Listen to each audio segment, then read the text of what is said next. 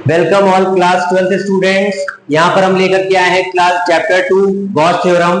I hope आपको chapter 1 पूरा electric charges and field समझ आया होगा, पसंद आया होगा। आपको अभी तक कोई समस्या सच नहीं आई होगी। आगे बढ़ते हैं इलेक्ट्रोस्टैट्स में, क्योंकि जून चल रहा है और आपके बोर्ड एग्जाम भी अप्रोच कर रहे हैं। चलिए बिना टाइम वेस्ट किए गॉस थ्योरम को स्टार्ट करेंगे। पहला टॉपिक एरिया वेक्टर, इसको समझिए ध्यान से। गॉस थ्योरम में मेनली है क्या, मैं वेटेज बता दूं आपको बोर्ड के अकॉर्डिंग के हिसाब से। इसमें हमारी जो एप्लीकेशन ऑफ गॉस थ्योरम है उसमें 5 डेरिवेशंस हैं, जिसमें से एक आपको यूजुअली बोर्ड में चाहे कोई सा वाला भी वो मिलता जरूर है। तो इसलिए पांचों डेरिवेशन को ध्यान समझिएगा। डेरिवेशंस तक पहुंचने से पहले 2-3 छोटी छोटी थ्योरी है, तो उसको ध्यान से समझिए। एरिया वेक्टर क्या होता है? फॉर एग्जाम्पल हम ये एक सरफेस एरिया ले लें, ठीक, ये कैसा भी सरफेस एरिया है। सरफेस एरिया के परपेंडिकुलर जो वेक्टर जाता है that is known as the area vector. Surface area के परपेंडिकुलर, अगर इस बोर्ड को एक एरिया मान ले तो इस बोर्ड के परपेंडिकुलर हो गया ये, तो this will be counted as area vector. Surface area आपका किसी भी शेप का हो सकता है, it can be rectangular, it can be spherical, it can be circular, कैसा भी एरिया हो सकता है। उसके परपेंडिकुलर जो वेक्टर जा रहा है that is known as the area vector. अगर मैं कुछ एरिया वेक्टर को यहां पर बनाऊं तो कुछ इस तरह से बनेंगे। अगर ये हम एक रेक्टेंगुलर सरफेस ले लें तो इसका एरिया वेक्टर कहां जाएगा? ऊपर की तरफ। इसको हम एस वेक्टर से डिनोट करते हैं, एस वेक्टर। कभी कभी कुछ बुक्स में इसको ए वेक्टर से भी डिनोट किया है, तो इसमें कुछ कंफ्यूजन वाली बात नहीं है। तो ये एस वेक्टर हो गया। अगर इसी रेक्टेंगल को हम रख देते कुछ ऐसे, ये हमारा सरफेस कुछ ऐसा हो जाता तो उसके परपेंडिकुलर ये जाता, तो this will be counted as area vector. इसी चीज को हम सिलेंडर में समझ लें, सिलेंडर में हमको बहुत जरूरत पड़ने वाली है इसकी। सपोज मैं एक सिलेंडर बना दूं कुछ ऐसा, एक सिलेंडर में कितने सरफेसेस होते हैं पहले तो ये समझिए। एक सिलेंडर में होते हैं 3 सरफेसेस, एक ये वाला सर्कल, एक ये वाला सर्कल, और ये जो बीच का पोर्शन है this is CSA of cylinder, मतलब कर्व सरफेस एरिया। तो यहाँ पर 3 सरफेसेस है तो 3 एरिया वेक्टर ड्रॉ होंगे। अगर हम इस वाले सर्कल की बात कर लें तो इससे इधर की तरफ निकलने वाला विल बी एरिया वेक्टर। तो ये एरिया वेक्टर इधर काम करेगा, S1 नाम दे देता हूं मैं इसको। इस वाले सर्कल का एरिया वेक्टर उससे बाहर निकलेगा, तो इसको मैंने S2 का नाम दे दिया। और अगर CSA की हम बात कर लें, सपोज मैं ऊपर अगर ड्रॉ कर रहा हूं तो ये अगर कर्व सरफेस एरिया, ऊपर का सरफेस अगर ऐसा है तो इसके जो परपेंडिकुलर ऐसे बनेगा that will be the area vector for CSA। इसको मैंने S3 का नाम दे दिया। तो इस तरह से हमको सरफेसेस ड्रॉ करने पड़ेंगे जिसके हिसाब से एरिया वेक्टर आपको पता होना चाहिए। तो area vector is the vector which is basically the perpendicular to the surface area। ठीक है, ये इंपॉर्टेंट बात है एरिया वेक्टर में। अब आगे बढ़ना है हमको। अब समझिए एक इंपॉर्टेंट चीज, इलेक्ट्रिक फ्लक्स क्या होता है। दूसरा topic is electric flux. Flux को बहुत ध्यान से समझिए क्योंकि ये पूरा चैप्टर इलेक्ट्रिक फ्लक्स के इर्द गिर्द घूमता है। इलेक्ट्रिक फ्लक्स को पहले तो डिनोट किससे करते हैं? It is denoted with phi E. Phi for flux and E for electric, तो electric flux phi E. Electric flux basically है क्या, उसकी 2 डेफिनेशन है। पहले तो आप समझ लीजिए क्या है ये। अगर मैं यहां पर कोई एक सरफेस ले लूं कुछ इस तरीके का, ठीक है, रेक्टेंगुलर सरफेस मैंने ले लिया। इलेक्ट्रिक फील्ड लाइन सपोज मेरी कुछ इस तरह से जा रही है, तो ये हमारी यूनिफॉर्म इलेक्ट्रिक फील्ड लाइंस है। ई वेक्टर से रिप्रेजेंट करते हैं, आपको पता है। सपोज इस सरफेस इलेक्ट्रिक फील्ड लाइंस इस तरह से जा रही हैं और ये है सरफेस एरिया, तो कितनी number of electric field lines pass करेंगे सरफेस एरिया को, उसको बोलते हैं इलेक्ट्रिक फ्लक्स। तो इसको साइंटिफिकली क्या बोलेंगे? The number of electric field lines passing through a closed surface, important है क्या, closed surface is known as electric flux। आपका सरफेस क्लोज होना चाहिए, ओपन सरफेस में you will not be able to identify कि कितनी लाइंस पास हो रही हैं। तो the number of electric field lines passing through a closed surface is known as electric flux। अब बात आती है इसका फॉर्मूला। इसका फॉर्मूला फाई ई का जो होता है that is simply E into S, electric field into area. जिस भी ये सपोज रेक्टेंगुलर सरफेस आपने लिया था तो इसका एरिया और ये इलेक्ट्रिक फील्ड आपने जो भी अप्लाई की होगी, तो electric field into area will give you flux. अब इसको आप कैलकुलस में कैसे समझे, तो इन कैलकुलस, क्योंकि हमको यूज जो करना पड़ेगा वो कैलकुलस के अकॉर्डिंग करना पड़ता है। कैलकुलस में देख लीजिए, phi E equals closed integral of E dot ds, dot product होता है ये ई और एरिया वेक्टर डीएस का। तो इट कैन, दूसरी डेफिनेशन मैं आपको बता दे रहा हूं फॉर्मूले के हिसाब से, इसको क्या बोलते हैं, इंटीग्रल। और इंटीग्रल के ऊपर ये जो सर्कल बना हुआ है, this is for closed surface. तो the surface integral of closed surface is, समझ में आ रही बात? तो बेसिकली इसका मतलब ये हो जाएगा कि it is the product of electric field and area vector. The surface integral of electric field dot ds is known as the electric flux. तो ये बेसिकली दो डेफिनेशंस होती हैं इलेक्ट्रिक फ्लक्स की, और ये फॉर्मूला बहुत इंपॉर्टेंट है। इसको अगर आप ओपन कर दें, यहां पर फाई ई को अगर हम ओपन कर दें, तो dot product A dot B किसमें ओपन होता है, ए बी कॉस थीटा में। तो यहां पर ये ओपन हो जाएगा ई डीएस कॉस थीटा। तो ये फॉर्मूला हमारा यूज होगा जनरली। तो अगर आपको वेक्टर फॉर्म में लिखना है आप इस तरह से लिखिए, अगर आपको स्केलर फॉर्म में लिखना है तो आप इस तरह से लिखेंगे, और ऐसे फ्लक्स को कैलकुलेट किया जाता है। तो this is about electric flux. Electric flux क्या होता है। अब हम पहुंचेंगे सीधा गॉस थ्योरम पे, कि गॉस थ्योरम क्या होती है, और उसके बाद है उसके एप्लीकेशन जिसकी मैं बात कर रहा था, जिसमें आपको 5 डेरिवेशंस मिलेंगी। हम सारा कुछ एक ही क्लास में नहीं करेंगे, अदरवाइज क्लास लेंथी हो जाएगी, इसलिए मैंने गॉस थ्योरम को 2 लेक्चर्स में डिवाइड कर दिया है। अब समझिए पहले गॉस थ्योरम। गॉस थ्योरम को समझने के लिए हमको एक चीज की नीड है जिसका नाम है गॉसियन सरफेस। इसको समझ लीजिए गॉस थ्योरम को समझने से पहले। गॉसियन सरफेस क्या होता है। Gaussian surface is an imaginary surface, एक imaginary surface drawn around an electric charge, जिससे हम ये पता लगाते हैं कि कितनी number of field lines pass कर रही होंगी। इसका मतलब ये है, ऐसा है, सीधा सीधा ऐसा समझिए आप इमेजिनरी सरफेस को। अगर फॉर एग्जांपल आपने एक लाइन पर चार्ज बिछा दिया, ध्यान से समझिएगा बेस को, एक लाइन पर आपने चार्ज बिछा दिया कुछ इस तरह से, ठीक बात। तो अब एक लाइन पर अगर आपने चार्ज बिछाया है तो इससे चार्जेस से इलेक्ट्रिक फील्ड कैसे निकलेगी, रेडियली आउट, चारों तरफ, बाहर की तरफ, ठीक, सीएसए से बाहर की तरफ। तो इलेक्ट्रिक फील्ड निकलेगी कुछ इस तरह से, ऐसे आपकी इलेक्ट्रिक फील्ड ऊपर भी और नीचे भी। तो आपको कुछ ऐसा सरफेस ड्रॉ करना है जो इन एमिटेड इलेक्ट्रिक फील्ड लाइंस को कैच कर सके।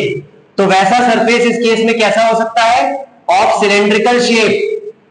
तो आप सिलेंड्रिकल शेप का एक सरफेस अगर बना देंगे तो that will be able to capture your electric field lines. तो ये आपको बता देगा कि कितनी number of field lines pass की, और अगर आपको पता चल जाएगा कितनी number of field lines pass की, तो आपको पता चल जाएगा कितना electric flux it is emerging out from this line charge.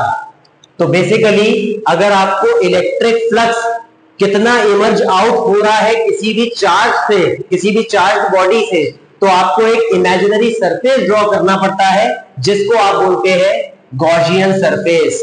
तो it is an imaginary surface drawn around an electric charge due to which electric flux emerging out from the charge can be calculated. इसको बोलते हैं Gaussian surface की definition. तो अब I think आप Gaussian surface समझ चुके हैं। Now we are good to go for Gauss theorem. अब समझिए गॉस थ्योरम क्या कहती है, जिसके बारे में इस चैप्टर का नाम भी है। तो गॉस थ्योरम बेसिकली ये कहती है कि इलेक्ट्रिक फ्लक्स किसी भी बॉडी से जो पास होता है, इलेक्ट्रिक फ्लक्स मतलब फाई ई, किसी भी क्लोज्ड सरफेस से जो इलेक्ट्रिक फ्लक्स पास हो रहा है, that will be equal to 1 by epsilon naught times the total charge enclosed by the surface। इसकी पहले तो मैं साइंटिफिक डेफिनेशन आपके लिए पढ़ दूं। The net electric flux passing through a closed surface is 1 by epsilon naught times the total charge enclosed by the surface. Inverted commas में definition आप बोर्ड में लिख करके आएंगे, आपको पूरा श्योर शॉर्ट 1 मार्क मिलेगा। अब देखिए क्या है इसका मतलब। सपोज हमने कोई भी एक सरफेस ले लिया और इसके अंदर लेट्स से यहां पर +2q रखा है, यहां -3q, यहां हमने रख दिया +4q। ठीक, 3 चार्जेस टोटल हमने रखे। इस पूरे सरफेस के अंदर जो नेट चार्ज होगा उसको आप बोलेंगे charge enclosed by the surface Qn, उसको बोलेंगे। तो नेट चार्ज इसके अंदर कितना है, +4q + 2q will become +6q। तो 6q और माइनस कितना है 3q, तो ये कितना आ गया 3q। तो टोटल 3q चार्ज इस सरफेस के अंदर रखा है, तो this will be the charge enclosed by the surface Qn। तो आपका जो इलेक्ट्रिक फ्लक्स होगा that will B Qn upon epsilon naught. ये है गॉस थ्योरम का स्टेटमेंट या फिर एक्सप्रेशन। और इसी फाई ई का फॉर्मूला जो अभी हमने पढ़ा था वो अगर हम रख दें तो closed integral of E dot ds equals Qn upon epsilon not. अगर क्वेश्चन ध्यान से समझ लीजिए, अगर क्वेश्चन 1 नंबर का आता है स्टेट गॉस थ्योरम, तो आप जो डेफिनेशन अभी मैंने आपको बताई है वो लिख करके आएंगे। अगर 2 नंबर का आ जाता है स्टेट गॉस थ्योरम, क्वेश्चन कभी ये कहता नहीं राइट इट एक्सप्रेशन आल्सो। अगर स्टेट गॉस थ्योरम लिखा है और वो 2 नंबर का है तो आप वो डेफिनेशन और ये एक्सप्रेशन दोनों लिख करके आएंगे, क्योंकि 1 नंबर की वो है और 1 नंबर का ये। तो ये है बेसिकली गॉस थ्योरम का। मैं फिर से आपको एक्सप्लेन कर दूं। The net electric flux passing through a closed surface will be equal to 1 by epsilon naught times the total charge enclosed by the surface. जितना चार्ज नेट भरा हुआ है सरफेस के अंदर उस पर डिपेंड करता है इलेक्ट्रिक फ्लक्स। 3q भरा है तो 3q bye epsilon not, 6q भरा होता तो 6q by epsilon naught, 1 lakh q भरा होता तो 1 lakh q upon epsilon naught. ये will be the electric flux. ये था हमारा गॉस थ्योरम। अब इसी पर बेस्ड हमको एप्लीकेशंस ऑफ गॉस थ्योरम करने हैं, जो कि है बेसिकली 5, जिसमें आज की क्लास में हम 2 कवर करेंगे और 3 कवर करेंगे नेक्स्ट क्लास में। ठीक बात, चलिए एप्लीकेशन ऑफ गॉस थ्योरम पे बढ़ते हैं। किसी तरह का कोई डाउट आता जाता है, comments are open for you, तुरंत कमेंट करते रहिए। अगर आपको कोई सजेशन चाहिए किसी तरह की और कोई बात करनी है, आप मुझे अपना नंबर टेक्स्ट कर सकते हैं। I will contact you and sort out your problem. चलिए बात करते हैं applications of Gauss theorem. Basically करना क्या है हमको एप्लीकेशंस ऑफ गॉस थ्योरम में, हमको अलग अलग सरफेसेस से इलेक्ट्रिक फील्ड निकालनी है। ठीक, अलग अलग आपको चार्ज का अरेंजमेंट दिया जाएगा, उससे इलेक्ट्रिक फील्ड कितनी निकल रही है ये हमको निकालना है 5 डेरिवेशन में अलग अलग। तो मैं पहला लेकर के आता हूं आपके पास, which is electric field due to a line charge. हम पहले लाइन चार्ज की बात करेंगे। लाइन चार्ज का मतलब हो गया सीधा सीधा एक लाइन में चार्ज बिछा हुआ है। अब इसको ध्यान से समझिए, अगर मैं इस तरह से एक लाइन पर चार्ज को बिछा दूं, अभी मैंने इस चीज का एग्जांपल भी दिया था। सबसे पहले हमको क्या करना पड़ता है, गॉसियन सरफेस ड्रॉ करना पड़ता है। ये लाइन पर चार्ज रखा है तो गॉसियन सरफेस कैसा होगा, सिलेंड्रिकल, कुछ इस तरह का गॉसियन सरफेस आपको ड्रॉ कर लेना पड़ेगा। तो ये सपोज हो गया गॉसियन सरफेस। ठीक बात। अब गॉसियन सरफेस आपने ड्रॉ कर लिया, ये जो लाइन पर चार्ज बिछा हुआ है इससे इलेक्ट्रिक फील्ड लाइंस निकलेंगी। ठीक, तो इलेक्ट्रिक फील्ड लाइंस निकलने से पहले आपको पहला सरफेस, दूसरा सरफेस और तीसरा सरफेस चूज कर लेना है, क्योंकि यहां पर आपको बनाना होता है एरिया वेक्टर। ठीक, अब देखिए पहले सरफेस की मैं बात कर रहा हूं, ये सर्कल है, सपोज ये सर्कल जो आपको दिख रहा है, सपोज ये ऐसे लगा हुआ है, तो इसका एरिया वेक्टर निकलेगा बाहर की तरफ। तो एरिया वेक्टर हो गया कुछ ऐसे एस वेक्टर। लेकिन इलेक्ट्रिक फील्ड, क्योंकि आपका लाइन चार्ज ऐसे बिछा हुआ है तो इलेक्ट्रिक फील्ड तो ऊपर ही जाएगी या फिर नीचे जाएगी। तो हम चूंकि इससे ऊपर बना रहे हैं तो इलेक्ट्रिक फील्ड ऊपर, तो यहां इलेक्ट्रिक फील्ड का direction will be vertically upward. ये हो गई कहानी सरफेस एरिया 1 की। यही चीज सरफेस एरिया 2 में करनी है। यहां पर एरिया वेक्टर बनेगा बाहर की तरफ एस वेक्टर और इलेक्ट्रिक फील्ड अगेन अपवर्ड, ये रही ई। यहां भी एंगल बन रहा है 90 डिग्री और यहां भी एंगल बन रहा है 90। अब सरफेस एरिया 3 की बात करेंगे, which is the CSA of cylinder. यहां पर एरिया वेक्टर ऊपर और इलेक्ट्रिक फील्ड भी ऊपर, तो यहां पर ये दोनों पैरेलल है, तो आपका एंगल बन रहा है 0 डिग्री का। तो अब बेसिकली बात ये है कि total flux, total electric flux जब आप निकालेंगे तो वो तीनों सरफेस का सम करना पड़ेगा आपको। तो फाई इक्वल्स φ1 प्लस φ2 प्लस φ3। अब समझिए सबको ध्यान से अलग अलग। φ1 को हम लिखे surface integral of E ds cos 90। देख लीजिए फिर से, ई ds cos थीटा होता है, यहां पर थीटा कितना बन रहा है 90 degree, that is why we have written cos 90। यही हाल 2 का है, वहां पर भी ई और एस में एंगल कितना बन रहा है 90। तो 2 के लिए भी रखेंगे surface integral of E ds cos 90, और प्लस तीसरे की अगर बात करेंगे तो तीसरा आएगा ई ds cos 0 डिग्री, क्योंकि वहां पर दोनों पैरेलल है तो इसलिए 0 डिग्री एंगल बन रहा है। अब आप देख सकते हैं cos 90 की वैल्यू 0, cos 90 की वैल्यू 0, तो ये दोनों की कहानी तो हो गई खत्म, ये दोनों 0, सिर्फ बचा इतना फ्लक्स। तो फाई ई, ये सब जगह ई लिखना पड़ेगा आपको। तो फाई ई आ रहा है सिर्फ इतना, कितना, इंटीग्रल ऑफ ई ds, यहां पर ये cos 0 होता है 1, तो अब ई को आप अगर बाहर निकाल लें तो it can be written as E surface integral of ds। इतनी बात ठीक है, ये है इंपॉर्टेंट बात। अब यहां पर आप फाई ई को लिखेंगे E इंटू एस, ये बना लीजिए आप first equation, E into S, ये रही हमारी फर्स्ट इक्वेशन। अब यहां बात करते हैं हम अप्लाइंग गॉस थ्योरम की। तो applying Gauss theorem, Gauss theorem क्या कहता है, phi E equals Q by epsilon naught. तो गॉस थ्योरम के हिसाब से phi E equals Q upon epsilon naught होता है। एक बार अगर फाई ई की वैल्यू रख दें तो ये आ रहा है E into S equals Q by epsilon not. ठीक, अभी देखिए अभी बात पूरी खत्म नहीं हुई है। अब बात ये है कि ये जो आपका ये एस जो आया था वो बेसिकली क्या था, curved surface area, curved surface area. तो कर्व्ड सरफेस एरिया का जो ओवरऑल इंटीग्रेशन, ये एस की मतलब जो वैल्यू आएगी वो क्या आएगी 2 पाई आर एल। अगर एल हम मान लें लेंथ ऑफ सिलेंडर को, ठीक, तो surface area CSA of cylinder क्या होता है 2 पाई आर एल।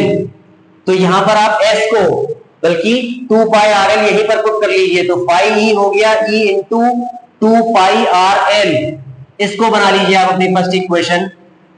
चलिए यहां पर पुट करिए, तो E into 2 pi R L, what is R, R is of course the radius, radius of the cylinder. अब बात क्यू की करें, यहां पर क्यू को देखिए ध्यान से, चार्ज इज इक्वल्स टू, अब यहां पर एक चीज आपको समझनी पड़ेगी, लीनियर चार्ज डेंसिटी क्या होती है, linear charge density. Linear charge density को आप यहां मैं लिखता हूं अलग से, लीनियर चार्ज डेंसिटी का सीधा सीधा मतलब होता है charge upon length. Charge per unit length is known as linear charge density. Charge per unit area is known as surface charge density. Charge per unit volume is known as volume charge density. तो ये क्योंकि charge बिछा हुआ है surface पे नहीं line पर, इसलिए लीनियर चार्ज डेंसिटी दी जा रही है। लीनियर चार्ज डेंसिटी होती है लैम्डा, चार्ज की वैल्यू Q और लेंथ हो गई ऑफ कोर्स L। ठीक है बात, यहां पर Q की वैल्यू आई लैम्डा L। अब Q की जगह आप ये लैम्डा L पुट करेंगे, तो यहां आया lambda L upon epsilon naught. ये L और ये L हुआ कैंसिल, ये 2 पाई R को भेज दीजिए नीचे, तो E is equals to lambda upon 2 pi R epsilon naught. ये रहा आपका इलेक्ट्रिक फील्ड का एक्सप्रेशन। तो ये बेसिकली इलेक्ट्रिक फील्ड होती है लाइन चार्ज की वजह से। आपका जब भी चार्ज लाइन पर बिछा रहेगा तो ये 0 फ्लक्स देगा क्योंकि cos 90, वो वाला सरफेस जीरो फ्लक्स देगा क्योंकि cos 90, सिर्फ फ्लक्स कौन देगा, CSA, इसलिए हमने यहां पर s की वैल्यू CSA वाली रखी थी 2 पाई RL। तो आई थिंक ये पूरा समझ में आ रहा होगा। क्योंकि लाइन पे बिछा था इसलिए लीनियर चार्ज डेंसिटी को इन्वॉल्व किया, तो ये आपको साइड में करके दिखाना पड़ता है। तो ये रहा एंटायरली डेरिवेशन इस चीज का, ठीक, नोट कर सकते हैं आप आराम से, पॉज करके, कोई प्रॉब्लम नहीं है। चलिए आगे बढ़ेंगे हम और दूसरा डेरिवेशन देखेंगे यहां पर। अब की बार लाइन पर नहीं बल्कि सरफेस की बात करनी है हमको। तो अब सरफेस कैसा, अब सरफेस ऐसा कि आपको एक थिन शीट लेनी है चार्ज की। तो पहले तो मैं इसका नाम आपको बता दूं। सेकेंड जो डेरिवेशन हम कर रहे हैं that is electric field due to thin sheet of charge. हमने एक शीट पर चार्ज रख दिया, पूरी शीट पर बिछा दिया चार्ज, तो उससे टोटल फ्लक्स कितना पास होगा और इलेक्ट्रिक फील्ड उस हिसाब से हमको जनरेट करनी है, यहां पर डिराइव करनी है। चलिए अब देखिए, इसको भी मैं हटा दे रहा हूं वरना आपको कंफ्यूजन होगा, इसकी हालांकि जरूरत हमको अभी पढ़ने वाली है कुछ देर में।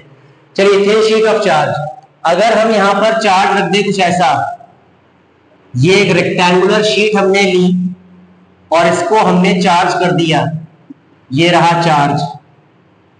इसको आप पॉजिटिव चार्ज भी रख सकते हैं, नेगेटिव चार्ज भी रख सकते हैं, उसमें कोई दिक्कत वाली बात नहीं है, लेकिन डेरिवेशंस में यूजुअली पॉजिटिव चार्ज यूज कर लिया जाता है।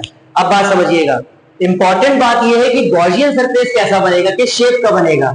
अगर ये है रेक्टेंगल तो इससे इलेक्ट्रिक फील्ड लाइंस इधर भी निकल रही होंगी और इधर भी निकल रही होंगी, ठीक है। तो उसको कैप्चर करने के लिए अगेन आपको एक सिलेंड्रिकल सरफेस की जरूरत पड़ेगी, कुछ ऐसे। इसको ध्यान से समझिए, देखिए ध्यान से, हमको सिलेंड्रिकल सरफेस कुछ ऐसे की जरूरत पड़ेगी यहां पर। तो ये रहा हमारा सिलेंडर जो इससे आर पार निकल रहा है। क्यों ऐसा है, ये है सपोज फर्स्ट सरफेस, अगेन ये दूसरा सरफेस और ये तीसरा सरफेस। सिलेंड्रिकल का गॉसियन सरफेस आपको पता ही है, 1, 2 और 3 में डिवाइड करना होता है। अब इंपॉर्टेंट बात ये है, तीनों पर आपको बनाना है पहले एरिया वेक्टर। इसका एरिया वेक्टर जाता है बाहर S, इसका एरिया वेक्टर अगेन बाहर इधर, और थर्ड वाले का एरिया वेक्टर कुछ ऐसे S वेक्टर, सबके S वेक्टर बन गए, ठीक बात। अब इलेक्ट्रिक फील्ड बतानी है। अगर ये है आपका सरफेस तो इससे इलेक्ट्रिक फील्ड ऐसे निकल रही है, तो ऐसे का मतलब ये जाएगी इलेक्ट्रिक फील्ड E, ठीक है बस। यही चीज इसकी बात करें, सरफेस एरिया अगर ऐसा है तो इधर भी इलेक्ट्रिक फील्ड ऐसे जाएगी, तो ये रही इलेक्ट्रिक फील्ड इस सरफेस के लिए। और चूंकि इलेक्ट्रिक फील्ड ऐसे जा रही थी तो यहां पर ऐसे बनेगी इलेक्ट्रिक फील्ड लाइन, ये रही। अब यहां तो बन रहा है 90 डिग्री, लेकिन 1 और 2 पर 0 डिग्री। अब उल्टा हो गया है, CSA वाले पर 90 बन रहा है और सर्कुलर पोर्शन पे 0 डिग्री बन रहा है।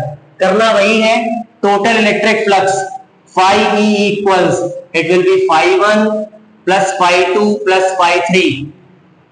तो यहां पर phi1 की value integral of E ds cos 0 degree, अब 1 पर कितना बन रहा है, दोनों पैरेलल है तो 0 डिग्री, प्लस 2 के लिए E ds cos 0 degree, again 2 पर भी 0 डिग्री है, और 3 पर इट इज 90, तो surface integral of E ds cos 90।